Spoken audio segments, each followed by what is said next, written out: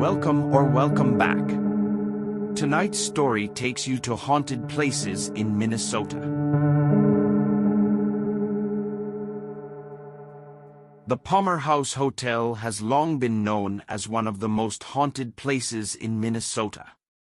Reports of paranormal have been made since the 1950s, and there have been a variety of unexplained occurrences in the building. Some of these include an apparition of a young boy, a ball bouncing down the stairs, disembodied voices, and some poltergeist activity. There have also been reports that the ghost of famous author Sinclair Lewis may also be haunting the building.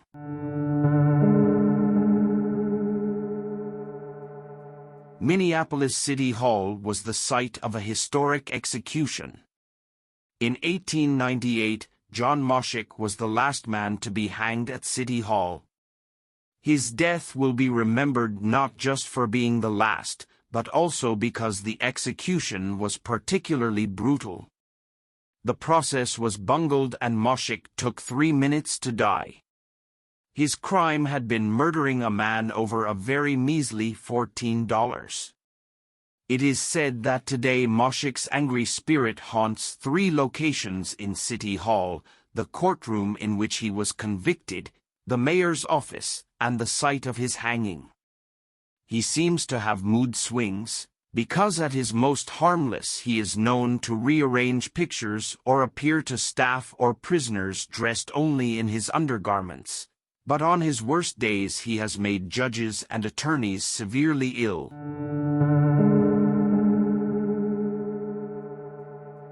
Over the years there have been 13 different wardens from Stillwater State Prison who have occupied this house.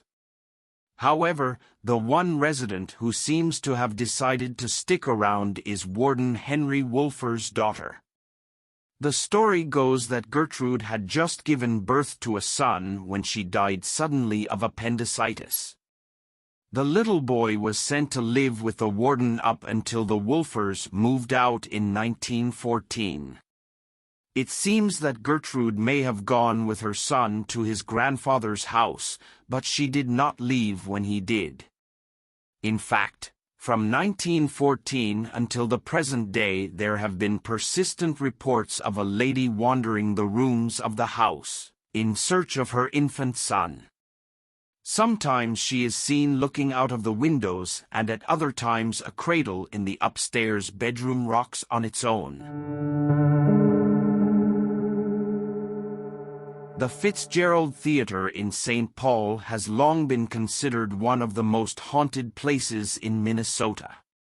There is a number of unexplained phenomena that have been reported here, but most of them are pinned on a former stagehand known only as Ben. It is believed that Ben died in the theater in the 1940s, and he seems to have been hanging around ever since. His shadow has often been spotted moving up in the workings of the stage, and cold spots are felt near an old entrance which has been boarded up for years. Staff often say they can hear Ben dropping his empty beer bottles too.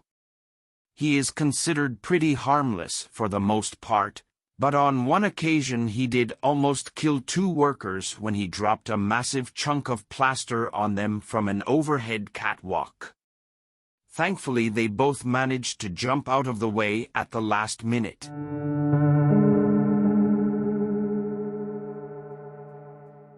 During the Prohibition era, these caves were said to host a number of famous figures, including John Dillinger and Ma Baker, when they were used as a speakeasy. However, not everyone left the caves alive. It is said that the caves are now haunted by the spirits of 3 gangsters who were murdered in a back room and buried under the cement floors. The owner has frequently encountered men in 20s-style attire as well as strange mists floating through the halls. There is also said to be a ghostly bartender who will refill empty wine glasses. Others have spotted the apparition of a madam known as Nina Clifford who appears wearing period dress.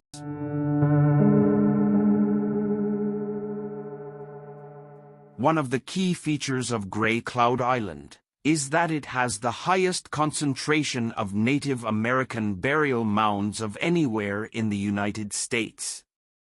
These days the island is very sparsely populated and the residents do not take kindly to ghost hunters.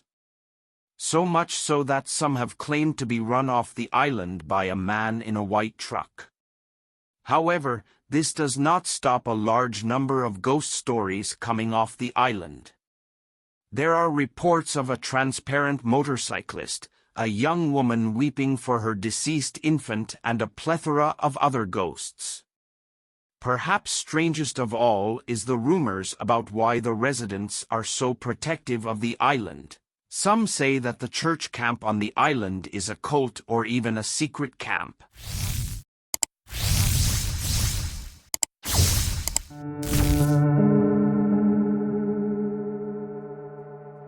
Perhaps one of the most grisly paranormal tales comes from Minneapolis and the iconic First Avenue music venue.